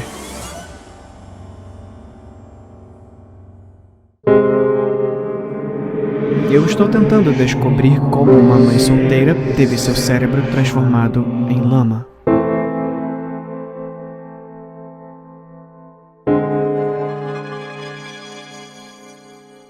Como você pode ver aqui, ele está liquefeito completamente. Agora, eu não sei como isso aconteceu, mas é seu trabalho descobrir isso. Eu aceno para o legista, ainda repetindo as pistas na minha cabeça. Della Parker, 32 anos, vivia apenas com seu filho, Parker. Parker, 9 anos, nasceu mudo. Aparentemente, ele nasceu sem cordas vocais. Durante os últimos anos de sua vida, Della ficou reclusa. Seu filho seguiu o exemplo. Parker tentou ligar para a polícia por causa do colapso de sua mãe, mas não conseguiu falar ao telefone. A polícia rastreou a ligação telefônica até sua casa. Eles encontraram Parker com todos os dedos cortados, exceto os polegares. A julgar pelos ferimentos, a remoção dos dedos aconteceu alguns meses atrás. O cadáver de Della ainda tem manchas de cérebro vazando sob seu nariz, apesar das melhores tentativas do legista de remoção. Agora que terminei com o cadáver, é hora de falar com o garoto. A única coisa que posso perguntar a ele é sim ou não. Ridiculamente tedioso. A sua mãe estava com alguém antes de morrer? Ele balança a cabeça. Você acha que sabe o que a fez desmaiar? Ele concorda. Droga, agora temos que descobrir como podemos fazê-lo dizer. Ela ouviu isso. Uma voz ecoa na minha cabeça. Ela queria ouvir a minha voz mental. Eu tô confuso. Eu penso. Ele está em silêncio. Acho que ele não consegue ler meus pensamentos. Eu tô confuso. Eu digo. Ele começa a explicar.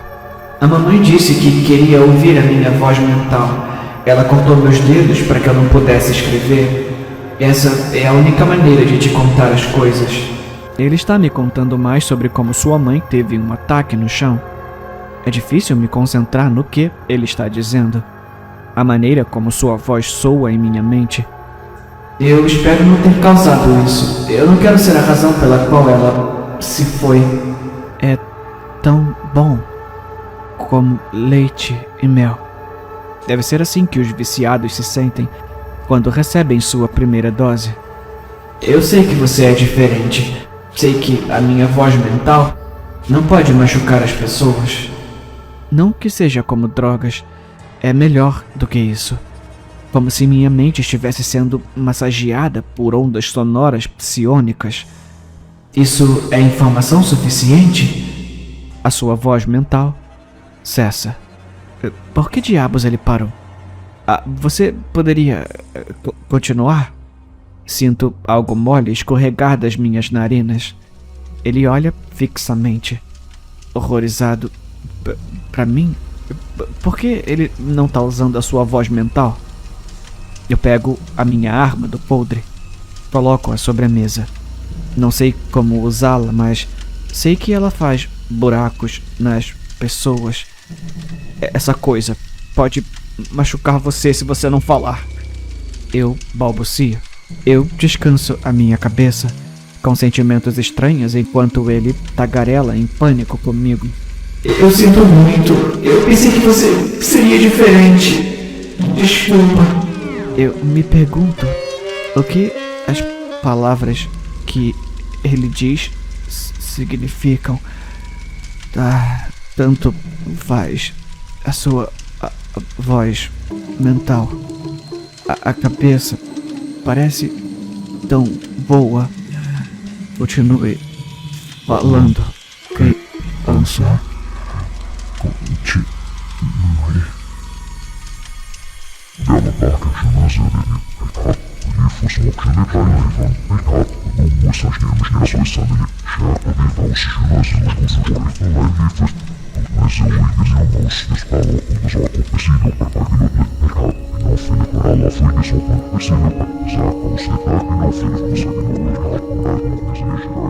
Eu trabalho num pequeno restaurante na beira da estrada, numa cidade qualquer que ninguém se importa.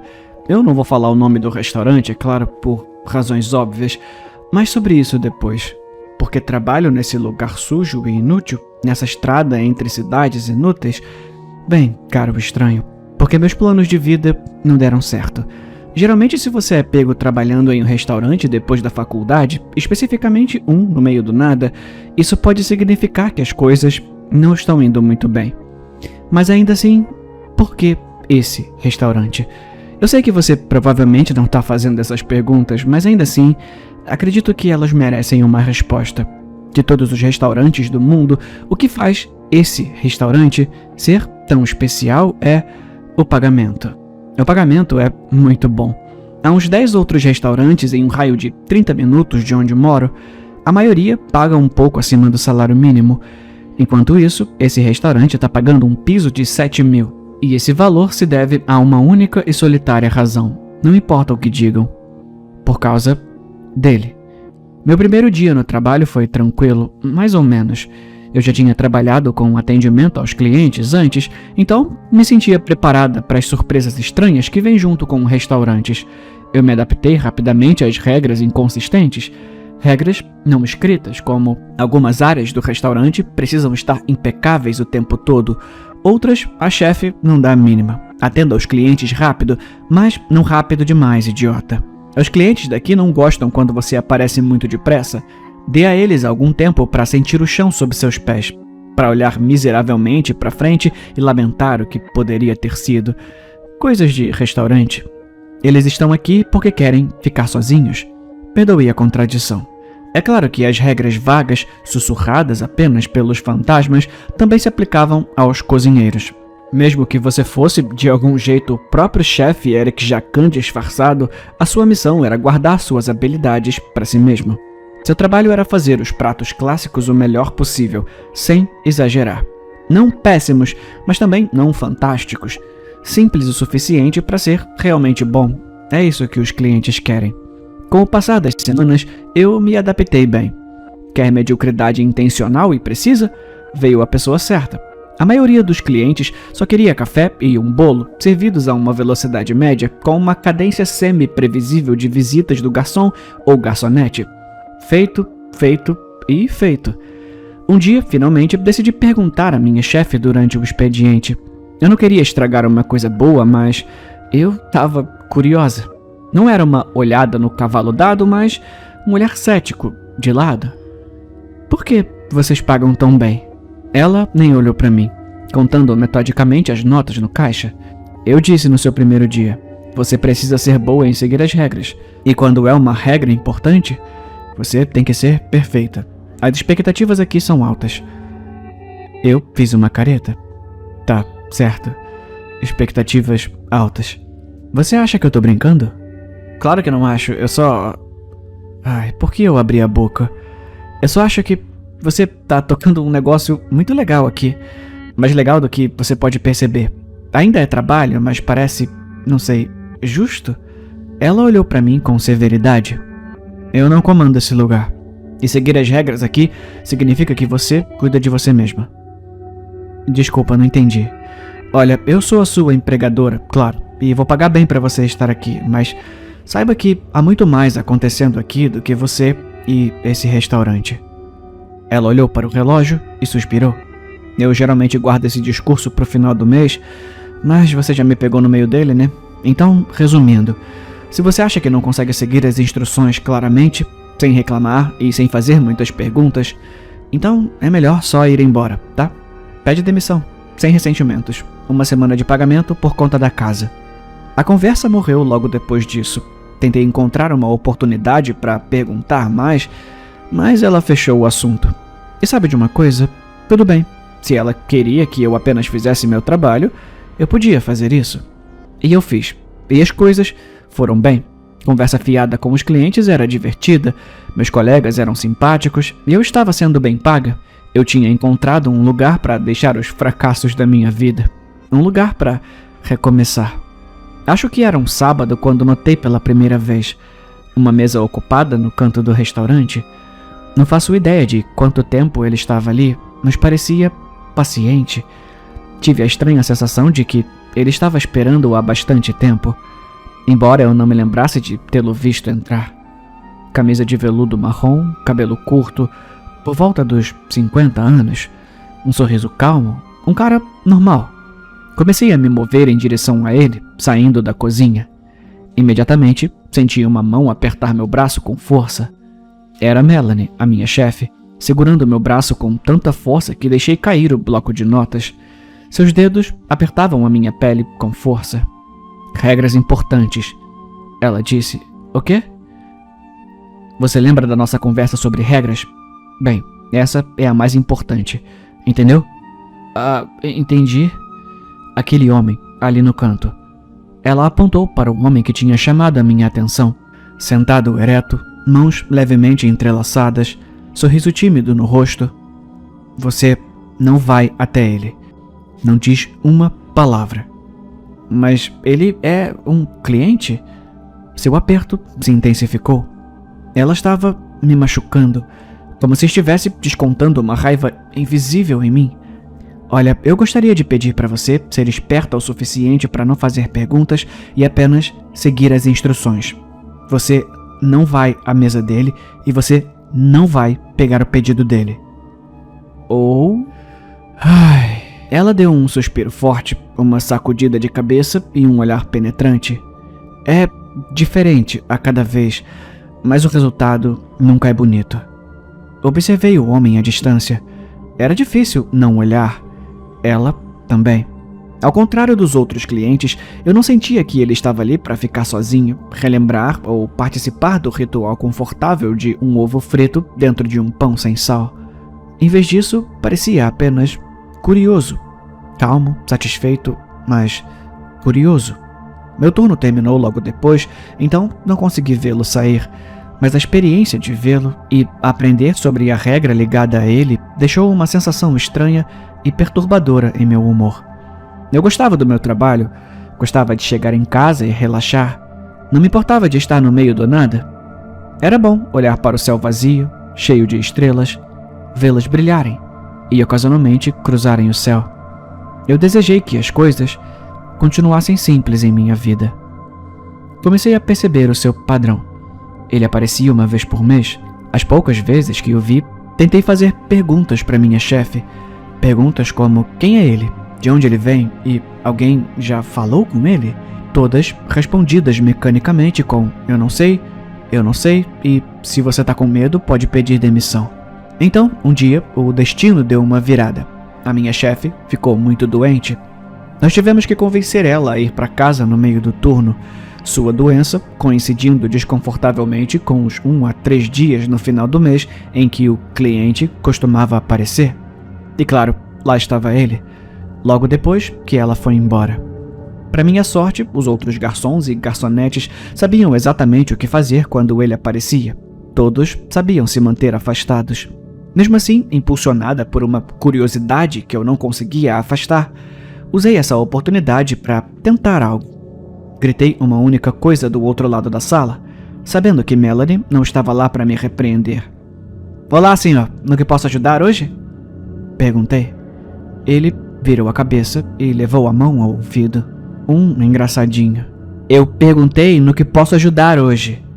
Chamei de novo, um pouco mais alto dessa vez, atraindo alguns olhares dos clientes de quinta-feira. Para minha surpresa, ele respondeu. Não sei por que eu esperava que sua voz tivesse o tom de algum demônio distorcido, talvez pelo medo que Melanie havia plantado em mim. O homem soava exatamente como parecia. Ah, sinto muito, querida, ele disse. Acho que não consigo ouvir bem o que você está dizendo. Pode vir aqui me perguntar de novo? Ah, não, obrigada. Eu estava bem onde estava. E não quero ser rude, ele continuou, mas parece que ninguém pegou meu pedido há um bom tempo. Deixei a conversa terminar ali e voltei minha atenção para os outros clientes. Como sempre, ele desapareceu sem alarde, sem o som do sino da porta ou de seus passos no chão do restaurante. As conversas sobre ele no intervalo eram breves. Só, ele tá aqui, ele foi embora, e quando precisávamos realmente dizer, isso tudo é muito esquisito. Demorou um pouco para eu entender de onde vinha minha coragem para falar com esse homem estranho. Na verdade, eu estava com medo. Sua presença e todas as perguntas sobre ele estavam perturbando o acordo maravilhoso que eu tinha. Parecia certo no momento ficar à beira da minha coragem e dizer algo para ele, mas agora que ele tinha ido embora, eu só me sentia pior. Na semana seguinte, fui convidada para algo interessante no trabalho. Geralmente eu tinha boa visibilidade sobre o que Melanie fazia diariamente. A única coisa que permanecia um mistério era sua reunião quinzenal com um sujeito elegantemente vestido, que parecia um agente federal, sei lá. A presença de policiais, agentes e pessoas uniformizadas era constante no restaurante, mas eu raramente prestava muita atenção. No meio de uma limpeza de mesas, apenas 1 hora de turno, Melanie passou e disse: Ei, eu quero você na reunião com o chefe, se puder. O chefe? Ah, claro, sim, eu tô indo. Só, se não se importa, eu posso perguntar quem é? Seus olhos me lembraram as regras não ditas. Perguntas são geralmente ruins. Obrigada pelo lembrete, chefe. Fomos até uma sala nos fundos e sentamos à mesa. Do outro lado, já sentado, estava um homem de terno impecável com um discreto fone de ouvido. O tal agente. A mesa estava cheia de notas, papéis e documentos desorganizados. Ele fez questão de me encarar, me analisando como um cervo diante dos faróis de um carro, sem se preocupar em como estava me deixando desconfortável. Então, ele se virou para Melanie. Há quanto tempo ela está aqui? Ele perguntou. 6 meses, ela disse. Você confia nela? Confio, sim. Ele ergueu as sobrancelhas como se dissesse, se você diz, e continuou. Certo, então, aparentemente vocês tiveram uma visita do homem errante na semana passada. Você... Ele disse apontando para Melanie. Você não estava, mas você... Agora, me olhando. Você estava. Me conte o que aconteceu. O homem errante? O agente percebeu a confusão nos meus olhos. Meu Deus, você não contou nada para ela, contou? Disse ele para Melanie. Senhor, eu sei que parece estranho, ela respondeu, mas eu pessoalmente sinto que o homem é quase, não sei, atraído pela curiosidade. Talvez quanto menos eu diga para quem não está por dentro, melhor. O homem errante, ele a interrompeu. É o nosso apelido para o sujeito que se senta no canto deste adorável restaurante. Ou melhor, do restaurante do estado. Desculpa, eu não entendi. Perguntei. Isso mesmo, do estado. Parabéns, senhorita. Você faz parte de uma operação governamental. O homem errante não é apenas um apelido bonitinho, mas a nossa definição legal desse pequeno problema complicado. É um fenômeno que descobrimos muitos anos atrás. Na época, ele apenas andava pelo deserto, conversando com estranhos desavisados, com perguntas bizarras. Tudo bem, um pouco estranho, claro, mas nada ilegal. No entanto, às vezes, coisas aconteciam por causa dele. Coisas bizarras. Coisas horríveis. Vi Melanie se contorcer, preocupada com a imagem que estava sendo pintada. Isso despertaria a minha curiosidade. Vocês já tentaram, sabe, prender ele? Tipo, quase quis parar a minha própria pergunta, mas ele continuou. Não porque não queremos, mas porque talvez não seja seguro. A imagem acolhedora que eu tinha do restaurante estava começando a se despedaçar. Acreditamos que ele seja um visitante, ele disse. Um visitante? De onde?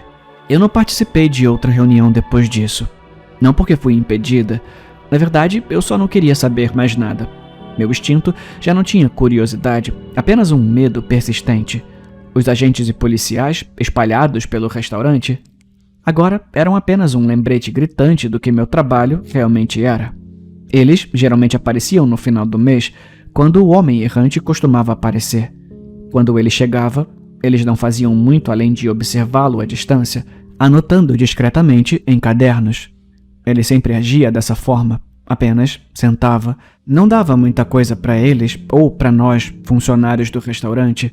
Falando em funcionários, me lembrei de algo que Melanie me disse no primeiro mês de trabalho, que a rotatividade de funcionários no restaurante era incrivelmente alta. Sabendo, na época, o quanto todos eram bem pagos, isso não fazia o menor sentido. Agora, 7 meses no trabalho, com um grupo completamente novo de cozinheiros, garçons e garçonetes desde que comecei, eu tinha visto com meus próprios olhos o quão verdadeira era sua afirmação. Nenhum dos que saíram disse isso claramente, mas eu tenho certeza de que a premissa do que o restaurante realmente era se tornou subconscientemente clara para eles durante o tempo aqui, e provavelmente não receberam isso bem. Eu fiquei, mas não pelo salário.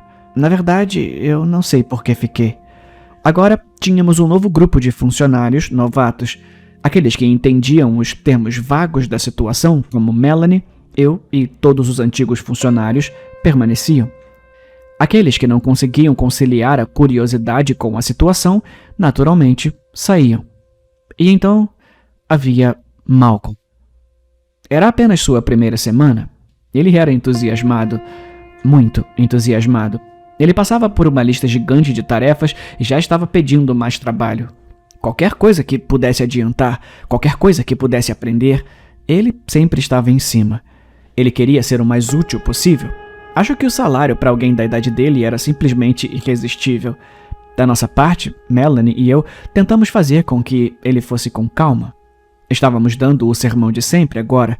A essa altura, já tínhamos mais ou menos aperfeiçoado. Há coisas estranhas neste restaurante. Regras que você terá que seguir e não questionar. Regras que são concretas, imutáveis e inegociáveis, como a gravidade. Ele assentiu. Naquele momento, eu realmente acreditei que ele estava entendendo minhas palavras.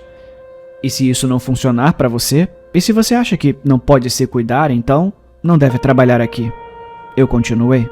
Havia sempre uma sensação visceral no meu estômago sempre que eu via o homem errante no canto, durante a semana em que estávamos treinando novos funcionários. Tenho certeza de que Melanie também sentia isso. Nesses dias, Melanie e eu ficávamos no caixa e se víssemos alguém saindo da cozinha, nós os parávamos, com um simples aperto no braço. Malcolm saiu e eu fiz exatamente isso. Agarrei seu antebraço, como Melanie havia feito comigo quando comecei. Ele Se assustou. Lembra daquela conversa sobre as regras que acabamos de ter? Perguntei. Ele assentiu timidamente, como se já estivesse encrencado. Apontei para o homem sentado à mesa no canto, com a camisa de veludo marrom, olhando para frente, sem uma razão aparente para estar ali, e disse: "Você não vai, sob nenhuma circunstância, servir aquele homem. Não vá até ele, não fale com ele. Finja que ele não existe." Malcolm levantou o saco de lixo que segurava na mão esquerda. No meu nervosismo, eu nem tinha notado para que ele estava saindo. "Eu só tô fazendo a limpeza, senhora," ele disse, mas entendi. Então, ele saiu pela porta da frente com seu habitual jeito confiante. A lixeira não estava tão perto quanto gostaríamos, então eu apreciava sua disposição de assumir essa tarefa tão cedo no emprego. Me virei para observar o homem errante. Tínhamos um grupo de agentes no restaurante naquele dia, espalhados pelas mesas. O homem não era de falar muito. Hoje foi uma exceção interessante. "Policiais, se tiverem perguntas, sintam-se à vontade para se sentarem à mesa e me perguntarem." Os agentes ao redor da sala reagiram com risadas. "Sério, se vierem se sentar comigo, ficarei feliz em contar tudo, de verdade." Mais risos, mas ninguém mordeu a isca. E ainda assim, ele continuou incisivo. "Eu sei que vocês estão curiosos. Sei que fazem anotações. Sei que falam de mim e que construíram este restaurante para mim. Eu sei que vocês..." Enquanto eu processava o fato de que aquela era a maior sequência de palavras que eu já o tinha ouvido dizer, ouvi o som do sino. Uma porta tinha se aberto. Malcolm estava batendo as mãos ao entrar pela porta lateral do restaurante, uma porta que ficava bem ao lado da mesa onde o homem errante estava sentado. Tudo aconteceu tão rápido, e ainda assim, tudo se desenrolou diante de mim de maneira excruciantemente lenta, como se houvesse um momento, um único segundo, em que eu poderia ter feito algo. O homem errante abandonou qualquer pretexto de conversa com os agentes, parando a frase no meio e adotando um novo comportamento. Ele fez o papel de um homem triste e miserável, dizendo: 30 visitas, péssimo atendimento todas as vezes, em um tom patético, exatamente quando Malcolm passou. Malcolm, instintivamente, pegou um bloco de notas do bolso e virou a cabeça para o homem. "Desculpa, eu vou pegar seu pedido, chefe. O que você vai querer?"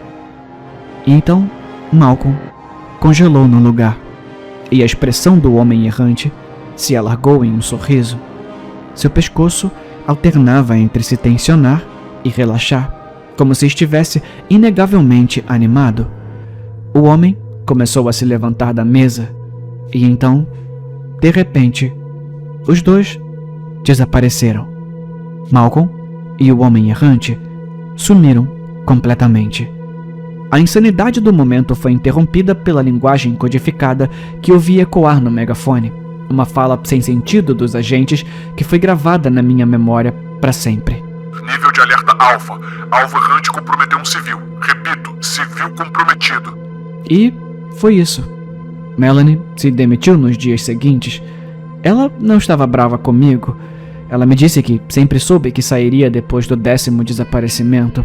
Por que esse marco específico era necessário, eu não tenho ideia. Tudo o que pude fazer a partir daquele ponto foi continuar trabalhando. Nos meus trajetos de volta para casa ou durante as pausas para o almoço, eu olhava para as estrelas e desejava que Malcolm fosse trazido de volta.